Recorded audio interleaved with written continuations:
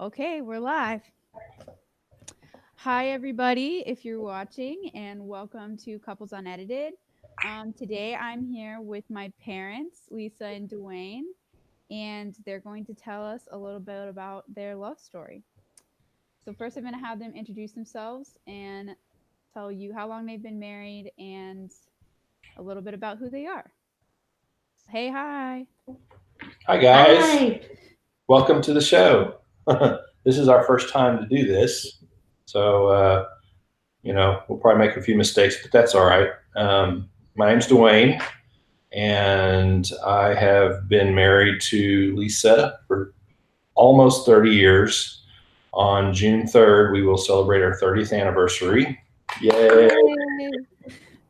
And it hasn't necessarily been an easy road, but it has been wonderful. And we hope to share with you today some of our highlights and some of our difficult times and how we've made it through all of this and still madly in love with one another. But as far as who I am, I work for 7-Eleven in their IT department. I'm also a wannabe entrepreneur and a wannabe musician and a wannabe singer and a wannabe artist. Wait, you forgot songwriter. Oh yeah, and a wannabe songwriter. Dad is very good at writing songs. You should ask him about his lyrics. They're Yeah, bad. we'll go there because that was really bad. I was really just trying to figure out how to record and edit, and yeah. So maybe we'll do that in a different video. But anyway, so that's it for me. I'll turn it over to Lisa. Well, I'm Lisa. Um, I teach sixth grade science. Oh gosh. What else about me? Well, you're talking. Who are you? What do you like to do? Oh, well, I love being a wife and a mother and a grandmother, and yeah, I don't have as many hobbies as Duane does, You but like to garden? I do. I like to garden and I like to sew and I like to do crafty things, read, go for long walks. That's about me. And her favorite thing is to spend time with me. Oh, absolutely. Yes. Not just mine with her. So Good. Okay. So now I'm going to have you tell them kind of the beginning of your story. So how you met and kind of how you started dating. Well, how we met is it was on May 6th. There had been a tornado the night before in Stillwater, Oklahoma. And I started a new job at Frank's Best Jet in Stillwater. which is It's a grocery store, or was a grocery store. And I was a cashier. And there was this boy who came out of the break room in his rust colored plaid shirt and a blue sock tie. And he caught my attention. So that's how we met. so. On that same vein, whenever a new back then we called them checkers, but they were the girls that ran the registers up front. And anytime a new checker would start working, all the guys that worked the back room and did all the stocking would know about it, and we would all try to nonchalantly go up front and check them out. And I saw her and I saw her eyes, and I was instantly blown away. Yeah. Oh. Yeah, it was an instant thing for me. It took a long time before anything ever happened, but yeah, definitely. How long did it take till anything happened and kind of how did you get there? Well, we worked together. We started talking together. Talking all the time. And then I started working in the cash office. I was an assistant manager at the store. And so we worked together all the time. And then his roommates moved in next door to me in my apartment. And so then we were neighbors, and then we worked together. And so we spent all our time talking, sharing our everything about life. Yeah. Every date we went on, every friend we had, we just talked all the time. And so, well, we had in our apartment, it was an apartment complex that had 4 units, 2 upstairs, 2 downstairs. And we were in we were both in the 2 downstairs. And in the very back of the apartment where the bathrooms were, there was an adjoining storage room that both apartments shared. And you could open up both doors and you could go into both apartments. And so everybody in Lisa's apartment and our apartment, we were all buddies. We all worked together. We were friends. And so during most of the day, those doors were open, and we just it was like a big house. And we went back and forth, and we were truly just best friends. We'd never kissed or gone on a date or anything. And oftentimes, I would be hanging out with Lisa on her couch, maybe watching a show on TV, or she'd be over at my house. I'd be playing the guitar. We'd just be hanging out. And depending on which one we were at, maybe a date would show up at the door. So it was a big scramble to run back through the bathrooms all the way around and come and answer the door. So it was kind of really weird, but it worked. We were interested in each other, but we weren't willing to cross the line because we were such good friends. I mean, we did everything together except go on dates. And so that's kind of how, I don't know, a couple years like that. And then, and by then we knew everything about each other that you could possibly know at that level. At least we thought so. Right. Little did we know. There was a lot more. Still don't know everything. But then, so the way we started dating, her roommate, whose name is Marcy, and my roommate, whose name is James, were also dating. And they had been for a long time. And James had decided he wanted to ask Marcy to marry him. And he planned this big, huge thing in Oklahoma City.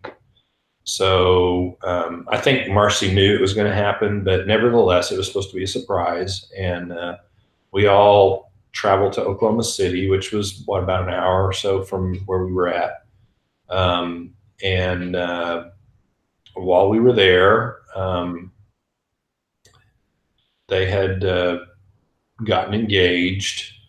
And we had gone out dancing at a country bar, and Lisa and I had been out on the floor dancing because we danced a lot together. And in fact, she taught me how to dance. And we couldn't find Marcy and James. And so we kept looking. We went out and danced some more, and they just never came back to the table. So we're like, okay, they must have gone out to the car or something. And it was getting close to closing time. So we kind of ventured out to the parking lot, and when we got close to the car, we saw them, and they were standing outside the car, and they were just making out, just kissing each other. And I don't know why or how it happened exactly, but we thought it would be funny to kind of mimic them. And Lisa leaned up against the car, just like Marcy. And I leaned up against her just like James was. And we were going to I think we were going to fake kiss to just kind of tease them a little bit. And somehow we really kissed. I feel like you really kissed Mom is what happened. You're probably right. I don't remember exactly, but the sparks went off. Did they, And Mom? They did. it went off And the funny part was, is we had to drive back in the car together back to Oklahoma in City. the back seat. But nothing was said about this. We didn't address this issue. Well, in fact, we both sat as far apart as we possibly could because we were like dealing with this really awkward moment of being best friends. And I think I had crossed the line with it, and it changed everything because now it was like, oh crap, we just crossed the line. Now what? You know, and then I'm kind of like having these insecure thoughts about, well, did she like it? Or was she offended by it? Did it freak her out? What were you thinking? I don't know. I was just like, what just happened? But then we went back to Stillwater, and then Marcy and James were going out to eat Mexican food. So my love of Mexican food started way back when. And She likes Mexican food. She loves Mexican food. I love Mexican food, and so did Marcy. So that worked out nicely. And then they were going to El Chico's, and then we kind of went on an impromptu double date to El Chico's. So that was probably our first date. And then we kind of started, then he wanted to go to church with me. And so he started kind of venturing into the realm of, well, let's go to church together. And so I had kind of messed up a little bit about that time. I had gotten pulled over for drinking and driving one night, and I had to serve community service. And at the time, I was Protestant. My dad is a preacher and was a missionary. And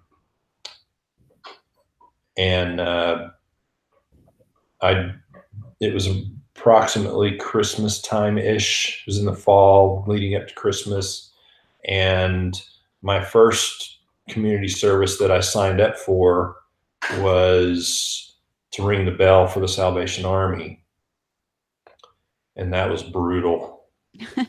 So boring. don't get in trouble. Yeah, it was bad. And so Lisa, I was talking to Lisa about it, and she said, I think the church, the Catholic Church on campus has stuff you can do. You should try, check with them and see if they have anything. And so I did. And they're like, oh yeah. We'll fill up all your hours. And so I did, and I had about 40 hours that I had to complete. And so I was there quite a bit.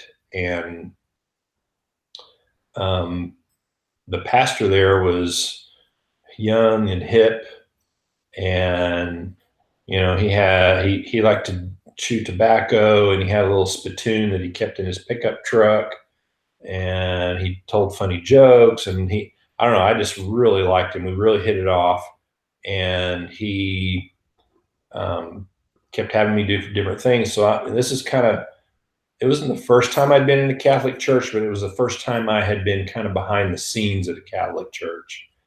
And there was a lot of things, in the church that didn't make sense to me, or I didn't understand as compared to the churches that I was used to going to. You had all the different statues, you had the altar, there's a lot of things, a lot of symbolism, a lot of things in a Catholic church that aren't in a Protestant church. So it was a small church, and I literally worked directly with the pastor, Father Daigle. And so he made me feel really comfortable. And so I would just ask him questions. Well, what's this? And what's that? And, yada, yada, yada. So that went on for a while. And eventually I decided I wanted to go to RCIA and find out the nitty gritty details of what it meant to be a Catholic. So I went through all that, and that's about, the time that I was starting to reach out to Lisa. It's like, well, let's go to church together. Because I was like, once I got into the nitty gritty details and I found out that everything I had been brought up to believe was the same thing that the Catholic Church teached, except there were a few variations to that. Only it was much richer and much more beautiful and more fulfilling, and I could finally be myself. And so I was totally just, man, I want to do this. And so I kept trying to drag her to church with me. She was at that stage where she had gone to church her whole life and, gone through confirmation and done all that cradle Catholic stuff. But she kind of wasn't in the same place as I was. And long story short, normally when couples get married and it's a mixed religion relationship, the person coming from the other church is converting just so they can get married. But that wasn't the case with us. I had already decided to become a Catholic, was totally sold on it, and I actually ended up dragging Lisa to church with me. And that was just that phase, because throughout our time being married and raising kids, there's been times when, I wasn't really all that on fire for going to church and all that. And she dragged me to church. And there's been times fairly recently where you and Courtney have inspired me to go to church when I didn't really want to. So anyway. So all that to say. So did I get sidetracked? Maybe just No, it was a necessary part of the story. Okay. But then, I don't know, through all of that, as a couple, we started going to church and, I don't know, praying about it. And we just knew that. Yeah. We just knew that we were supposed to be together. Mm-hmm. And so we got engaged in February. And can you tell me about how you got engaged? Yes. So do we want to go back a little bit To where? to the tough time? Well, we almost broke up. Yeah. And I took a job in Bartlesville, Oklahoma. She graduated before I did. And so I worked for a year in Bartlesville, and he was in Stillwater, and we would hang out on the weekends, one place or the other. And then we went through some rough times. Probably a lack of communication was the big thing. And he came to Bartlesville, and we were going to break up. And I came to get my dog Tigger. Yeah, he came to get his dog, and it's like, oh wait, what? You're going to take the dog? Oh, maybe she loves dogs. Maybe we should talk about this just a little bit longer. So then we did all night talking and realized that our biggest problem was the lack of communication and not being totally transparent with each other. And so we talked through that, and then. Well, for me, it was, I don't think I was, in my heart of hearts, I wasn't sure if, number one, Lisa was the one, and I wasn't sure if she loved me enough, if that makes any sense. I wasn't secure about that. And in this literally almost all night long conversation, we talked, we got down to the nitty gritty, and we talked about our fears. We talked about our anxieties, our hurts, our desires. We talked about everything. We talked it out. And for anybody that's listening, I would highly encourage that you find a time, if you're ever thinking about getting married, that you do that. Because for me, something happened in that conversation, and I realized beyond any shadow of a doubt that she loved me with all her heart. Sorry. Oh no. Oh no, here come the waterworks. But it did. I mean, I literally was just like, holy crap. She loves me despite everything that I've done and who I'm, what I haven't lived up to. And she accepts me as I am, just like Jesus does. And that's when I knew. I was like, she's the one. So. But then somewhere along the line, we started talking about, we went looking for rings. And so I kind of knew that maybe he was going to propose. And then on February 9th, we got together to celebrate Valentine's. Yes.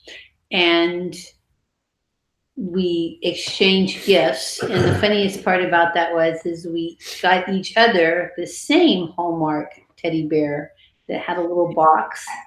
He was holding a little tiny little box the size that a ring would fit in. Something. And but just we like got this. That's a great imitation. For the invitation, Dad. That looks like a bear. That was necessary. But inside of my box to him, it had a little keychain with a little plastic ring on it. But inside his box to me, well, I had put a little plastic ring, and then I tied a string that was about this long onto it, and then I put her actual engagement ring on the string, and I put it in the bottom, and I put paper on top of that, and then I put the plastic ring on top of that. I closed the lid, and so when she opened it up, all she saw was that stupid plastic ring. Mm-hmm. But when she pulled it out, it was the real ring. Yes. Oh, I thought it was so cool. It's actually really corny. I'm not sure how I did it. But the fact that we both got the same stupid teddy bear. Yes. Yeah. It was like when I saw it, I was like, oh, it's a sign. And then we went to listen to a flamenco guitarist. Flamenco.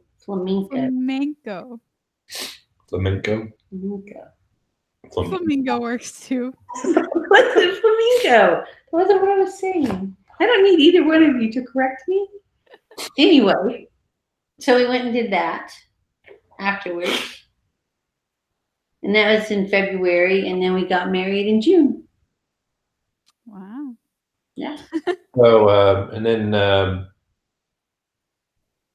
shortly after that, we went to go see your mom. I guess it was spring break. We went to go see your mom and dad. Oh, yes. In Muskogee, Oklahoma. And they had like the biggest snow ever that they'd ever had in the area. And then the temperatures dropped below zero for almost 2 weeks. I don't know. We got snowed in there for 10 days. Yeah, it was a long time, but our cars were covered, like buried in snow. You couldn't even see our cars. And even if we could have gotten them out, everything was just a solid sheet of ice. So we couldn't go anywhere. So we were stuck at their house, and we were getting stressed out because we needed wedding decorations and all this stuff. So we decided, I think your mom suggested it, but we decided to start planning our wedding together and making some decisions. And we kind of did that stuff. And then we still had time on our hands. And so we decided to hand make all of our decorations for the wedding. Definitely a budget wedding, let me tell you. Hey, wait, we forgot the most important part. I knew it was true love because he hawked his guitar to buy my engagement ring. Oh, I did that. Aw, how sweet. I had no money. Neither one of us did. Should have been a sign. Yeah. But yeah, I sold my guitar, and I got her a little wedding ring with the money that I got out of it. And then later on in life, when we celebrated our 10th anniversary, she surprised me by getting me a new guitar, which I still have right up there. I'll at least show it to you if you can see it. Which you probably need to tell them which one it is. I mean, I know. Far right. It's the one on the far right. It's the red one. Yeah, the red one. She bought that for me, and I will never, ever, ever let it go. It has a lot of sentimental value. So that was our engagement story. We got married in Muskogee at Sacred Heart. Yeah. Yeah. That's good. And her uncle is deceased now, but he was a priest. And so he and the priest at Sacred Heart in Muskogee officiated our wedding, which was pretty cool. I remember right as the wedding was starting, he was crying. Lisa walked into the room, and I literally just lost it. Mm-hmm. Seems about right. Completely. So much so that when we had to go, like when we went through the wedding, I couldn't even hardly talk. Seems about right. Some things have not changed. Yeah. One time, I literally walked in on my dad, and he was watching not even a movie. He hadn't watched the movie. It was the end of a movie, like the last 5 minutes of a movie before like a recorded show started, you know? And he's watching this movie, and he's seen about 30 seconds of it, and he's just sobbing. And I was like, what is happening? He's like, they just love each other so much. I'm like, you didn't even see the movie. So that's my dad. Sorry. Not everything does that to me, but when it comes to emotion, like love, loving one another and giving their heart to one another and bearing their soul to one another, can't deal with it. It gets to me. I'm sorry. And you know what? I don't care what people think. It's okay. It's good. People love it, Dad. We love you, Pops. Okay, so tell me a little bit about what like the beginning of marriage was like. Was it hard? Was it what you expected it would be? Yeah. It was an adjustment. Yeah. Go from. She kept putting the damn trash bags in front of the door like it was supposed to be my job to take the trash out. Well, it's like. And he would walk over them, and then yes, the argument would ensue. Because I knew that's what she was doing. I knew she was trying to make a point. I'm like, I'm not going to take this. I'm just going to walk around it. Good. Yeah. Guess who takes out the trash now? You do. Yes. And I'm happy to do so. I mean, it was a challenge. I mean, just little things. I mean, it's kind of funny because now he would never dream of going to bed with a sink full of dishes, but then he would just leave his dishes everywhere in the apartment, and it would be like, no. And then he wanted to sleep the day away. And I worked all night. No. So when we first got married, we lived in a 1-bedroom apartment. I worked nights 6 days a week. I was off Sunday night. Late. That was my only day off. I would go in at 10 and I would get off at 7. 10 at night. Yeah, 10 at night. Get off at 7 in the morning. And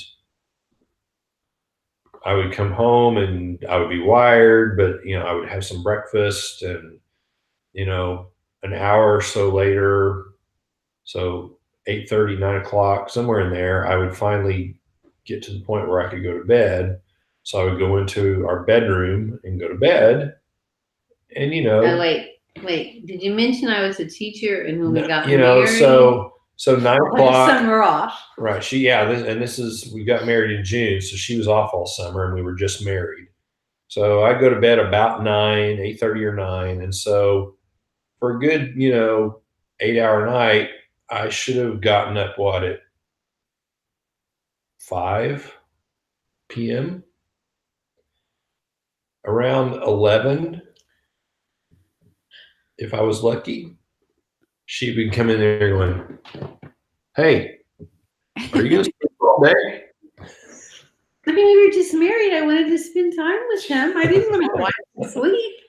Of I course. did get a summer job, so I would get out of the apartment. Yeah, That was the solution to that was a challenge. He's like, get out, go find a job. So that's the only summer in all my years of teaching that I had a job was our first year of marriage because he didn't want me in the apartment. Fortunately, that I only by the end of 1 year and 1 week, I had made store manager at the store at the Quick Trip I worked at, and I worked all days by that point. So, and by the next summer had come along, it wasn't an issue anymore. Yeah.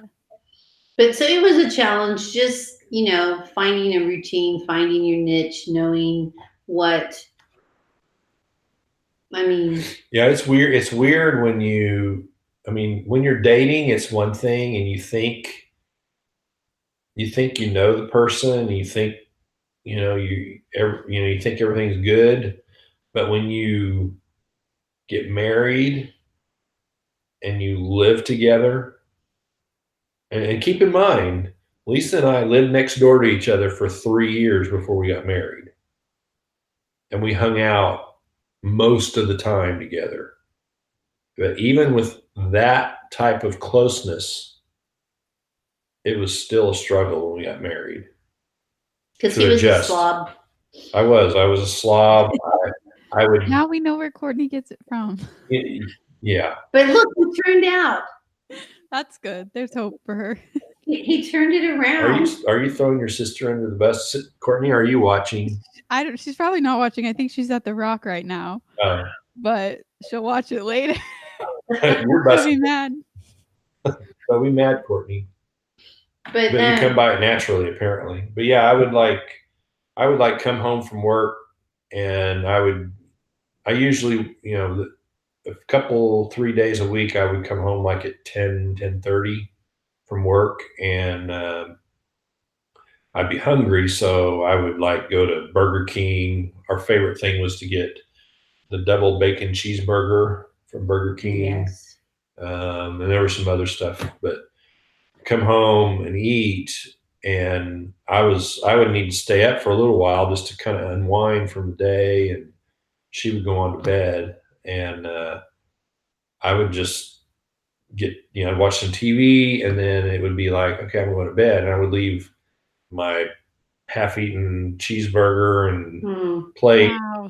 my beer or drink or whatever I had, and man, that drove Lisa crazy. I think that would drive anyone crazy. It was bad.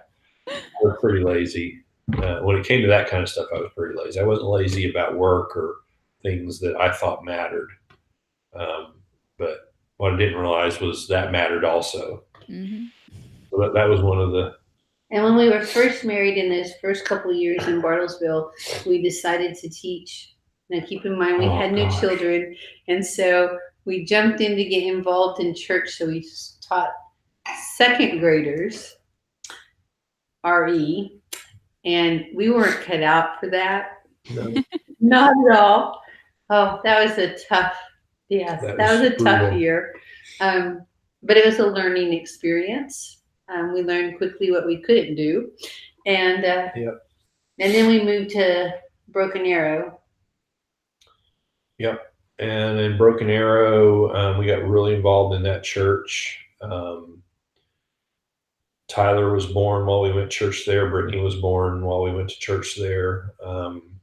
Back then, they had this thing they called small faith groups. And what those were groups of people that would form, and they would meet during the week, like usually one night a week. And they would do kind of a Bible study, if you will. Mm-hmm.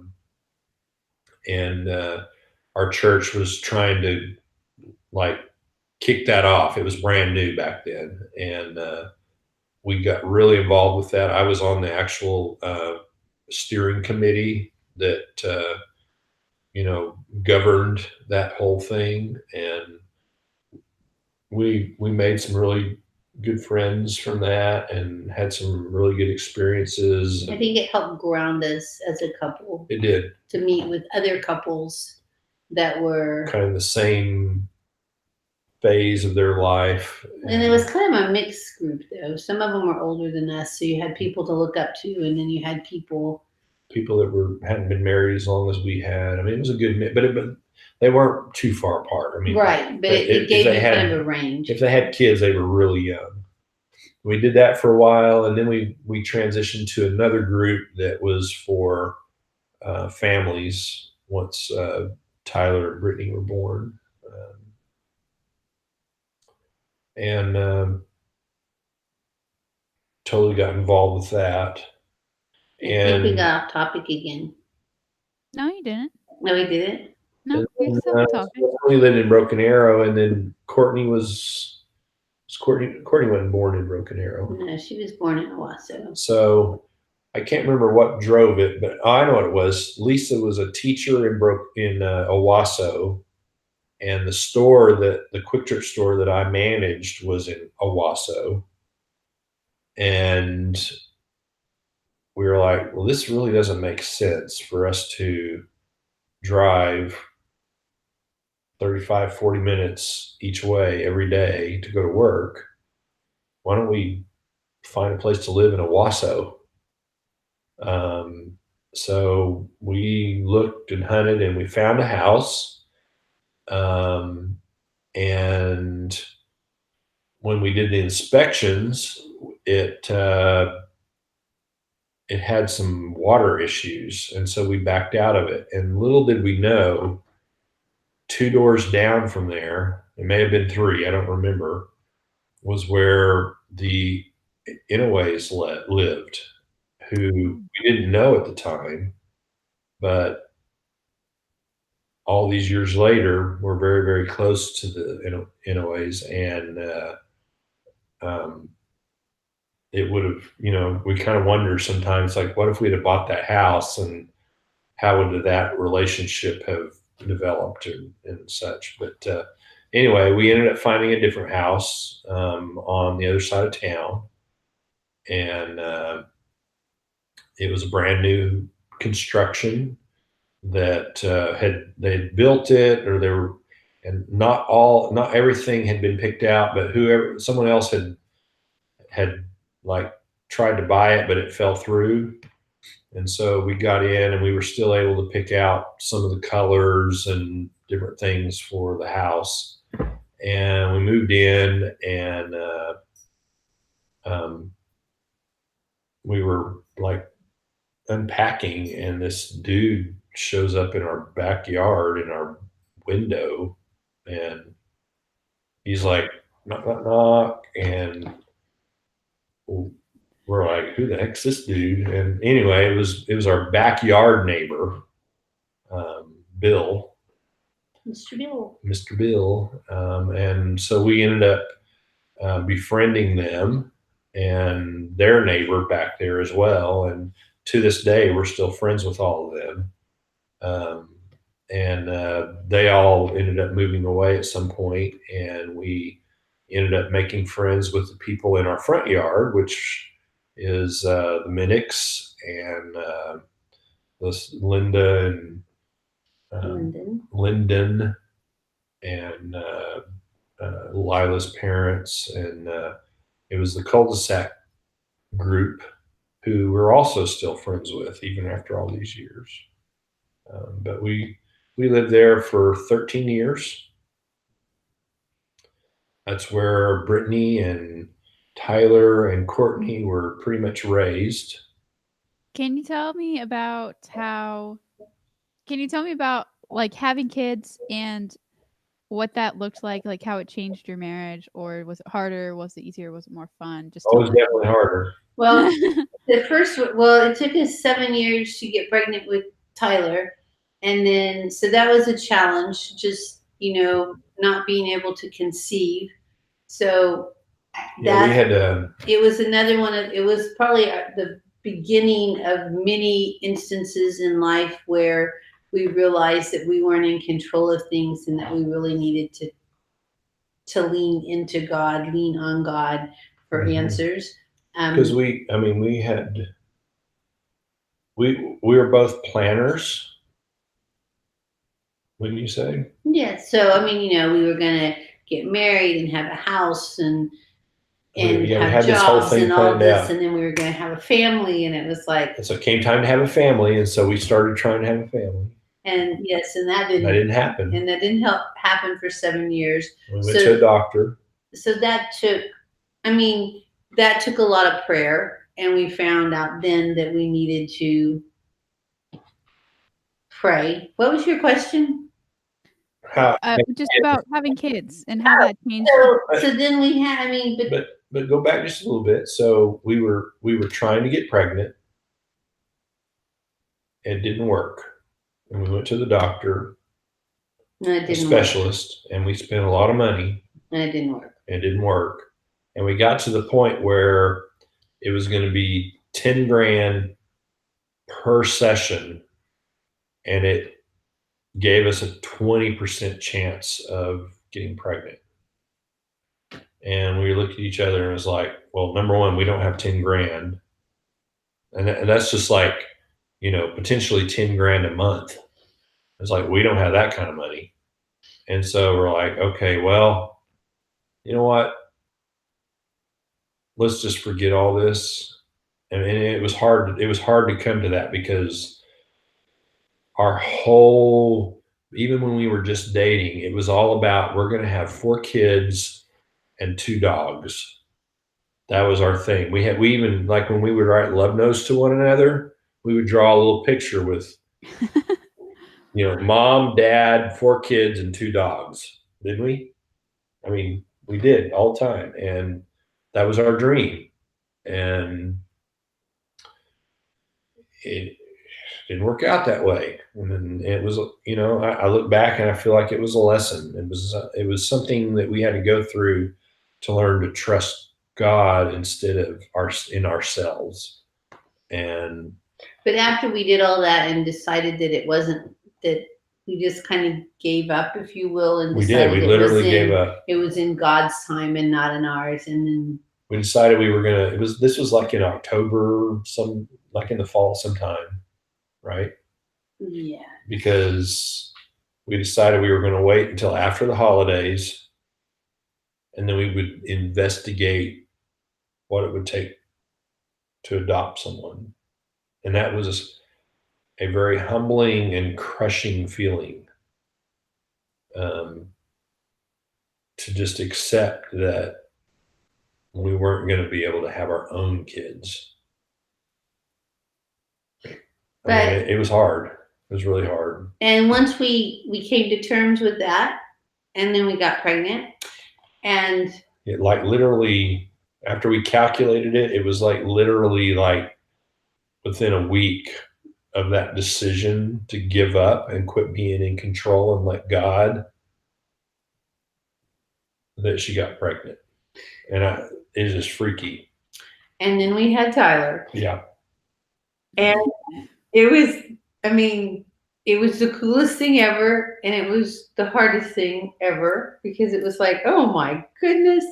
And just learning to balance between just being a couple, and now you have this little being that's depending on you. And I think that even made us more like, we really have to get involved in church, and we have to focus, because now it's not just about us and our relationship with God, but we have to teach this child about God. And so that drove us to be more, like focused on God. But I think it was, I don't know, having children, especially once you came along. No. I know. This season, having 2 was fine, because there's still 2 of them. When Tyler came into the picture, at least for me, and maybe it wasn't for you, but as for me, it turned my world upside down. It was so hard. And I thought there couldn't be anything more difficult than that. Yeah. And then And then Lisa got pregnant again, and she was due at a point where it would be approximately 25 months after Tyler was born. And I was like, oh my God. I was excited, but I was terrified because I knew how difficult it was and how it turned our world upside down when Tyler was born. But it was exciting too. Yeah, it was wonderful, but it just you go from being a couple and being able to do whatever you want whenever you want to you can't do anything that you want to do. Anything. And if you're lucky, you'll find some time for each other. It's hard. It's really, really hard. So if you're thinking about if you're listening and you're thinking about getting married and having kids, make sure that you have a really, really strong relationship with one another, because you're going to need that to lean on through the times when you're having children and trying to learn how to deal with all that. Because it's not easy. It's the most wonderful, incredible thing you'll ever experience. No matter how they turn out or what happens, it's incredible.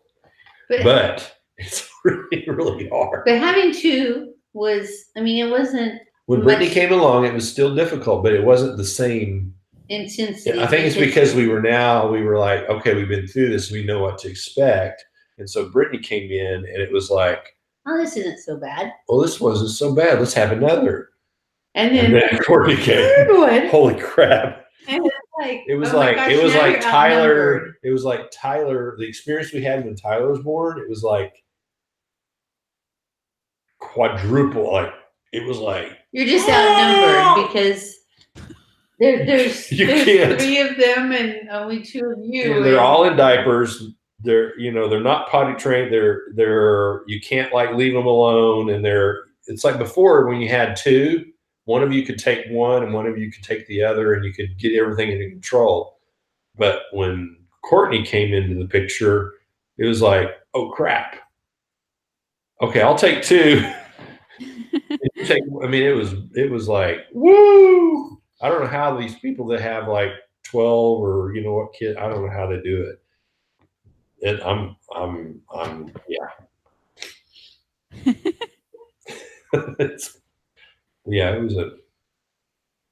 It's one of those things that's when you get married or when you fall in love and when you get married and when you have kids, all those things, you truly have no idea what it's like until you go through it. And no one can explain it to you in such a way that you can truly grasp what it is. But I think, and maybe you have a different opinion, but I think, getting married and all that is wonderful and everything, but having kids is so much more impactful. Yeah, because you're responsible for. Well, we're not little anymore, Mom. But we still worry about you guys, and we still, everything, your whole life, everything about you, we care about. And I don't think that'll ever go away. It's just having children is the greatest wonderful gift that you could ever experience. And, we're in a situation now where we're in the process of adopting two little babies, and wasn't part of the plan originally, but that's what God has apparently called us to do, is to. We always wanted to adopt. We just didn't know it would be. Yeah, we talked about adopting many times, and we never did. And little did we know, but it'd be 30 years later. But hey, it's hard. I would say that we're a lot more relaxed now about it than we were with our three children. They're probably going to be spoiled really bad. They already are. But, not unlike well, I'm not going to name drop or anything. Oh, but hey, you and Courtney are equally guilty of spoiling them. Of spoiling the children? Yeah, spoiling them, yes. The baby. Yes. The babies, yes. Yes. But that's been our, you often, or I think everybody kind of goes through this thing of, well, what has God called me to do?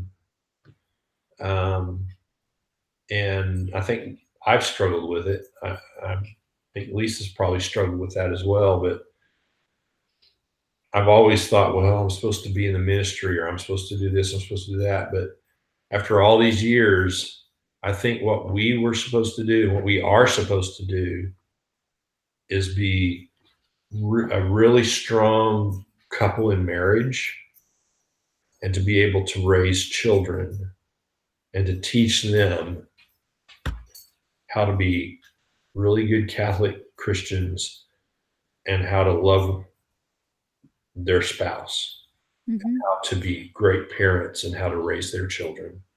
That's our calling, and we embrace it 100%. And as difficult as this is right now for us, and we've had to give up our empty nester phase to do this, you know what? At first I struggled with it a little bit, but I'm totally on board. I'm going to do this. I'm going to knock it out of the park, and I'm going to enjoy every single second I have with my 3 children and my 2 brand new daughters. Mm-hmm. That's what I'm going to do. Yeah, that's awesome. That's beautiful. I was gonna say, can you tell me a little bit about your marriage now and how it's changed over the years? You sort of answered that a little bit, but you can talk about that more. Well, I mean, I think it's changed in a lot of ways. I mean, Yes, a lot. from like in the beginning, I mean, just like the mechanics of it. Like in the beginning, I paid all the bills and I did all that. And throughout the time, like over 30 years, it would be like, well, you do part and I do part.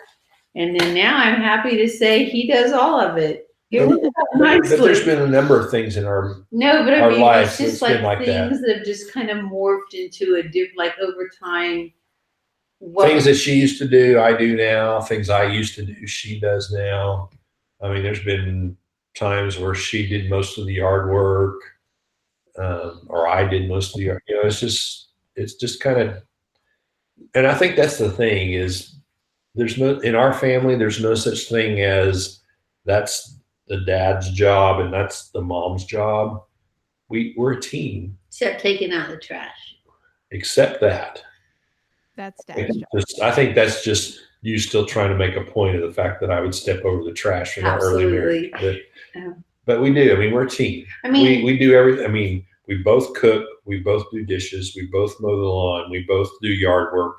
We both change diapers. I mean, it's not, we share a checking. Let me tell you something. If you're thinking about getting married, there's no such thing as I have my checking account and you have your checking account and we have this joint account.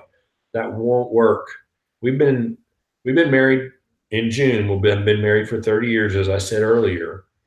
We have a network of friends that we went to college with in high school, whatever, that we've known for our entire married life. And before that, I can count on one hand the number of couples that are still together. And when you talk to them, they had their own checking accounts. I'm serious. Dad is solving all the problems. But I'm just telling you, you can't go into a marriage being selfish. Mm-hmm. When you go into a marriage, it is we are together in everything that we do, and you can't. This is my money, and I'm going to spend it how I want to spend it. That is the very first step in demising your foundation and your marriage. So I'm telling you, listen to me. Have a joint account. Put all your money in there. And if you want to go spend some money on something, talk about it. And if your spouse says, I don't feel comfortable with it, then work it out. because that's what we did. And I'll tell you what, I got pissed off because I wanted to do this and I wanted to do that, but she is a very frugal person. I'm the spender, and she would set me straight, and that's what got us through the tough times financially. So I'll get off my soapbox, but Anyway, I think some things haven't changed. Like at the end of the day, we'd rather spend time together than with anybody else, true. except for our children. yeah. And we try to make time like weekly to have dates, even when you guys were little. And now with the babies, it's like to have date nights, whether that's a date night, you put the babies to bed and you have a date night, or when you guys were little, when you got big enough to kind of take care of yourselves, we would feed you, and then you all would have a movie night, and then we would go and have a date night and cook dinner and have it on the back porch or whatever. And you just knew that that was hour or 2 hours, but you got a night out to yourself because you got to have a movie night. Yes. But I think it's important to take, whether it's going out on an actual date or having a date in the house, that you take time and that your children learn that if you're not a strong couple and stay connected, that you're not going to be strong for them either. Yeah, I agree. And I think, for me, what I've kind of learned from doing all that is, the nights out on the town or whatever, they're great, they're nice, but the ones I cherish the most are the ones where we makeshift a date night at home. Those are the ones that we have the most fun at. Because you get to spend more time talking. You do. There's not as many distractions, and it's a heck of a lot cheaper. And you cook the meal together, and you talk, and I don't know. It's just, to me, those are more special than going to see a Broadway show or anything like that. Those things are important too, but the ones that you do at home when your kids are in the other room on the other side of the house, to me, are better. But would you agree with that? I would agree. Well, tell me if you have a favorite story or a favorite day or a favorite season of your entire relationship together. Each of you tell me a story or something. Say it again.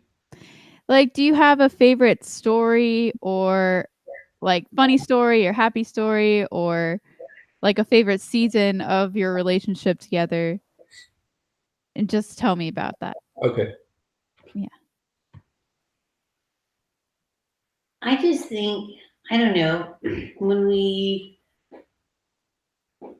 just raising family, raising our kids, I think being parents, that has been my favorite time. Just us growing together as a couple, as we parent, because dad's the pushover parent and I'm the not so pushover parent. And just finding a happy medium, raising family, raising children. I think that's always been my favorite time. And I think when we moved here to Texas from Oklahoma, though it was the most difficult transition, and Brittany, you can vouch for that. Mm-hmm. Easy transition, but we came here and we didn't know anyone in Texas, and we had to lean on each other for everything. And I think, though it was probably one of the hardest things we've ever done as a family, well, we thought it was, and but we learned to depend on each other and be even a stronger family. Mm-hmm. And I think, though it was one of the harder times, it was probably one of the best times. Yeah. Well, we were fortunate to move in we rented when we first moved to Texas because we weren't sure how long we were going to be staying. And we ended up moving across the street from Mark and Karen Felicidario and Emma, she was on the last podcast. Emma and their entire family, who to this day are some of our closest friends. So that helped make a very, very difficult thing much easier, for sure. And and you and Emma are Best lifelong friends. friends. Yep. It's just, and then that was even a struggle in the beginning, if I remember correctly. But Me and Emma being best friends. being friends at all, Yeah. Well, she hated me. your job. But you were just going through.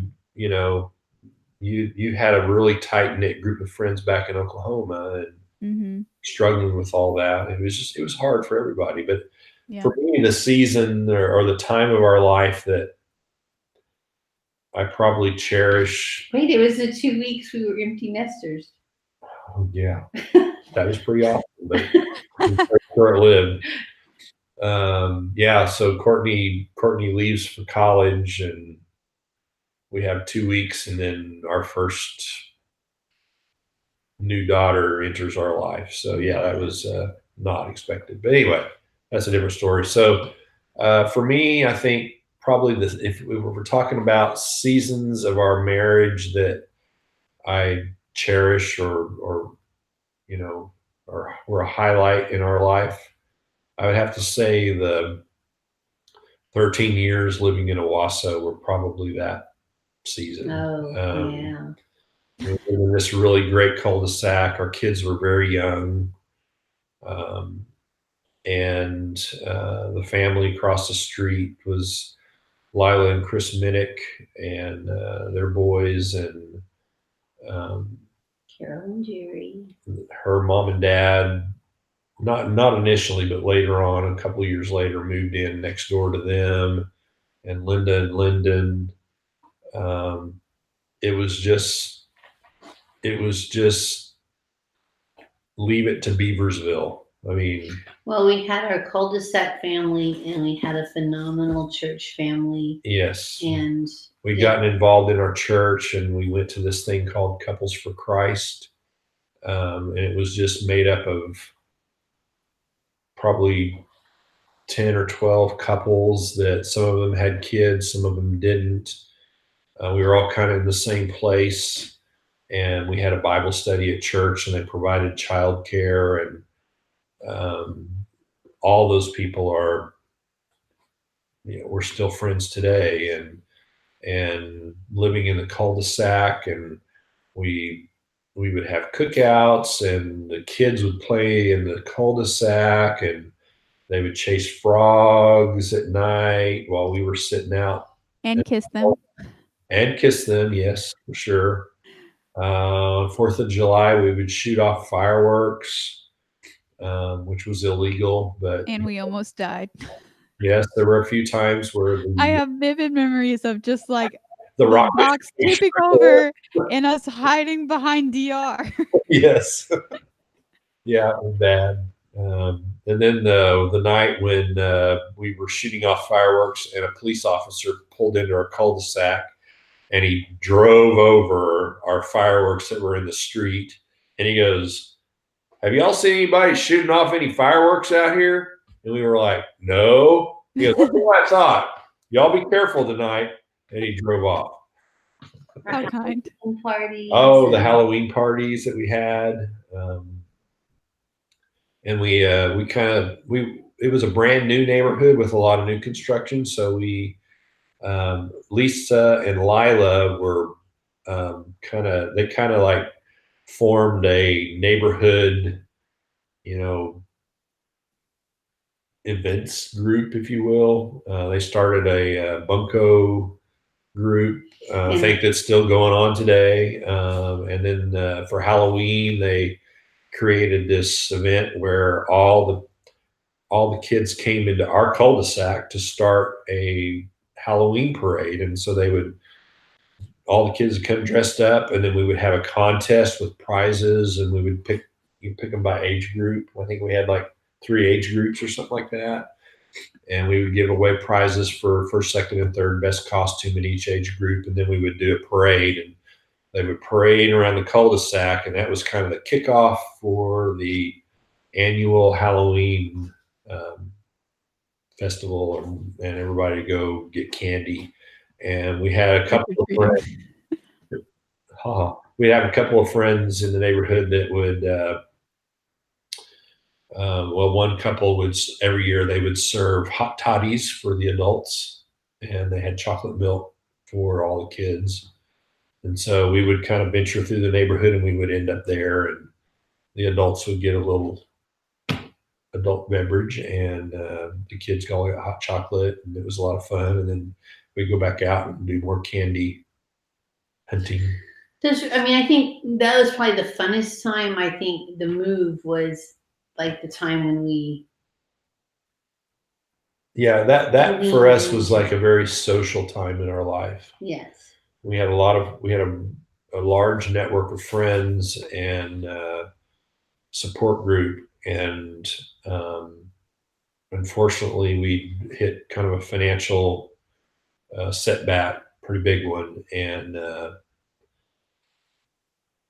we really had no choice at that point. And so I took a job in Houston, and we had to walk away from all that wonderfulness, and it was hard.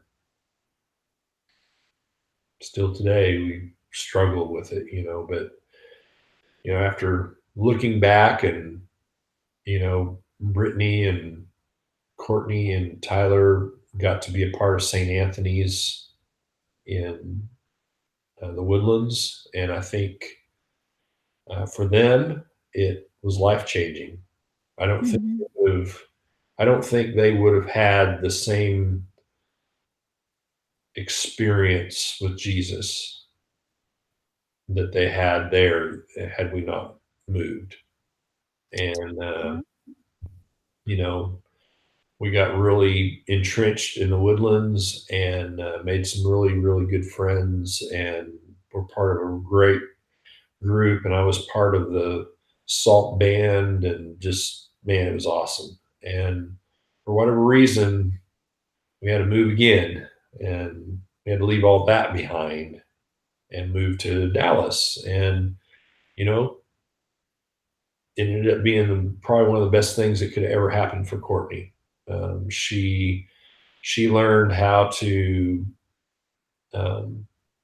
make friends on her own without hanging on the coattails of her wonderful big sister. Her friends.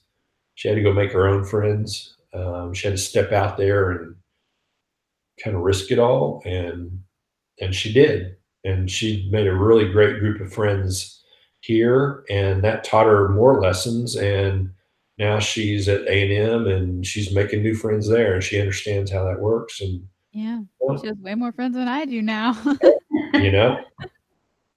But I think through all this that we've been through our entire life, and all the setbacks and the difficulties and the wonderful things that have happened, I think it's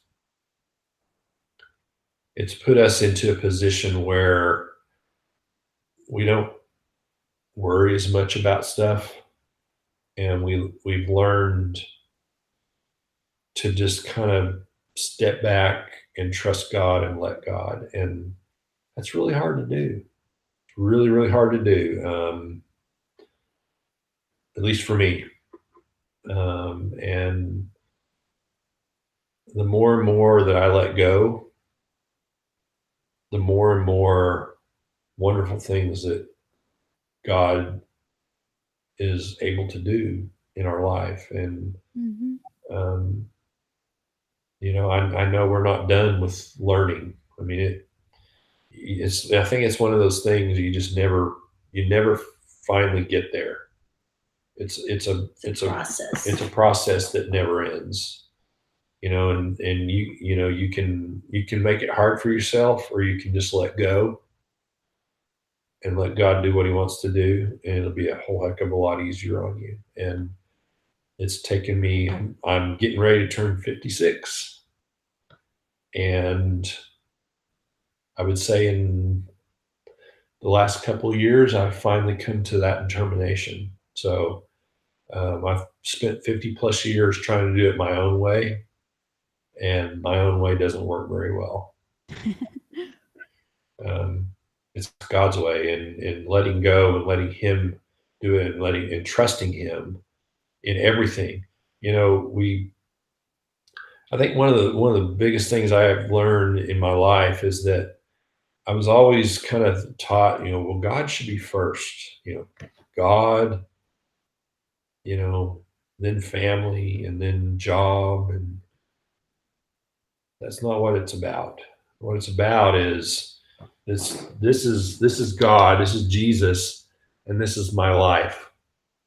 And this is my family, this is my work, this is me, this is my kids. They all revolve around Jesus. Not that He's number one and everything else number two, three, four, and five. It's everything is equal. Jesus is just in the center of it all. And throughout the day, everything that I do, everything that I think, everything that I say, in the back of my mind, I'm talking to Jesus too. It's pray without ceasing. It's not, doing this without ceasing. It's about keeping Jesus in your thoughts, and when you're doing stuff, and when you're thinking stuff, and when you're saying stuff, that you're including Him. You're like, He's just part of it. It's like your best friend's like right beside you, and has input, and is just part of it.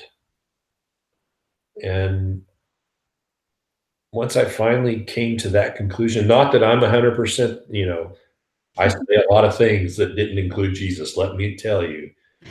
Um, I do a lot of things that don't include Jesus, but even still, He's there, and I have Him. He's like in here. He's like right here Is all he the time. just sitting on your shoulders? I don't know if He's sitting on my shoulder. He might be a little bitty guy. He might be like, who knows? It's like little baby Jesus, but It like could with an be. old man head. Exactly. But He's there. I'm in communication with Him all the time. I'm not like worshiping Him or praying, formal prayers, but I talk to Him all the time, and He guides me, and He helps me. And I think that's through all this, all the things I've been through, all my kids, my tribulations, the financial issues that we've had, all of that has led me to this place where I just relax, and I know that God has a will and a purpose for my life, and that purpose and that will is going to happen no matter what I do. I can make it really, really difficult and take a hell of a long time, or I can just let go with the flow, trust God, even though it looks really bleak sometimes. And I know that I'm going to get to wherever it is God's sending me, wherever He has purposed me to be. And I guess just in my growing up, I've come to that conclusion, and I know, and I know, and I know that I know that I know that no matter how bad it looks, no matter how difficult things may be, it's all going to work out, and God is in complete control. Yeah. Sorry, I digressed again. No, that's okay. I think you were still on topic.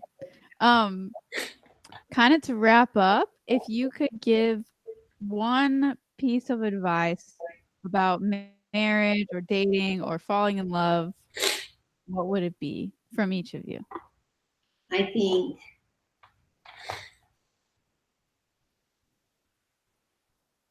you have to marry someone that you're best friends with.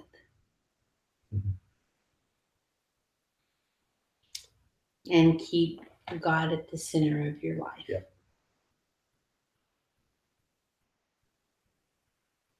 So I totally agree with that. He's going to go off on another 20-minute tangent. No, I'm not.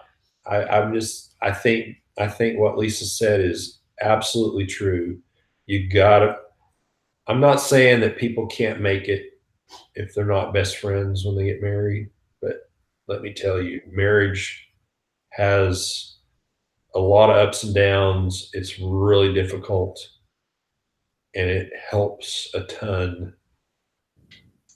when the person you're with is literally your best friend, the person that you want to be with all the time, that you want to talk to about everything in your life. So if you don't have that, it's not that you can't make it because people do it all the time. It's just having gone through this with my best friend, I can't imagine how anyone can get through it because it was even hard. I mean, there's been many times where it's been hard just for us to get through. Are you crying again? My eyes itching for some reason. That's his new technique. My eyes itching. All right. Well, thank you. You're welcome. You're welcome. Thanks for doing this. This was pretty cool. I've really enjoyed having you. What?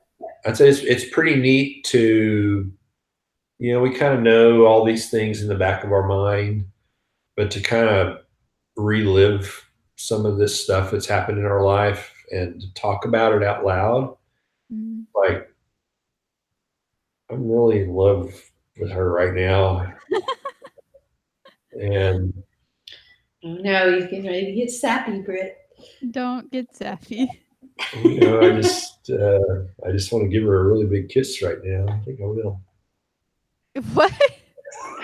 As soon as we're off the air, I'm going to totally kiss this woman. Okay, that sounds good. Well, I'll hang up on you then so you guys can. Hey, everybody that's watching, if there are anybody, thank you for watching our video. Yes, thank you for watching to everyone that's watching. And yeah, let us know what you think. On the website, it's the podcast, the actual podcast in regular podcast form will be out probably tomorrow or Wednesday. And the YouTube video version of this live video will be up in 5 minutes after I end this conversation. So make sure to comment and like and subscribe to our channel and let us know what you think. And also on the website in the podcast page, you can submit questions if you want any questions answered by our next group or our next couple. And yeah, that's everything. Good job, Brittany. Thanks. Good night, guys. I love you both. Love you too. Thanks for doing this. You're welcome. Good night, everybody. Bye. Bye. Oh. We're good. Difficulties. No, I think it's okay. Bye for real this time.